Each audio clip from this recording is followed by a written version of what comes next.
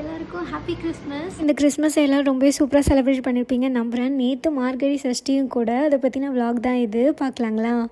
Hi, எல்லாருக்கும் happy Christmas. நாதன் இப்போ தூங்கிட்டு இருக்கான். ஸோ அதுக்குள்ளே நான் ட்ரீ கடையில் எல்லா கிஃப்ட்ஸையும் செட் பண்ணிடுறேன். வாங்க போகலாம்.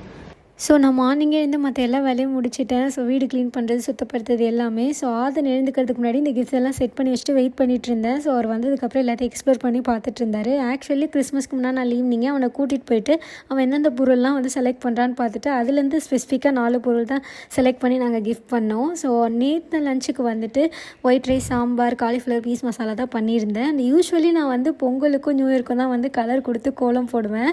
ஸோ இந்த தடவை வந்துட்டு இந்த மாதிரி ஸ்பெஷல் டேஸ்லேயும் அண்ட் ஃப்ரைடேஸ்லேயும் போடலான்னு இருக்கேன். ஸோ இந்த கொட்டாங்குச்சியெல்லாம் யூஸ்வலி சாம்பிராணி போடுறதுக்கு யூஸ் பண்ணுவேன். இந்த தடவை கலர் கொட்டி வைக்கும் யூஸ் பண்ணிக்கிட்டேன். இது வந்து டிசம்பர் பூ, ஸ்பெசிஃபிக்காக இந்த டிசம்பர் மாதம் தான் பூக்கும்.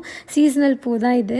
ஸோ நேற்று நான் பூ அங்கே போகும்போது பார்த்தேன். அதனால தான் இந்த கலர் ட்ரெஸ்ஸுமே வியர் பண்ணியிருந்தேன். ஸோ அதுதான் இந்த விலாக். நாளைக்கு பார்க்கலாம்.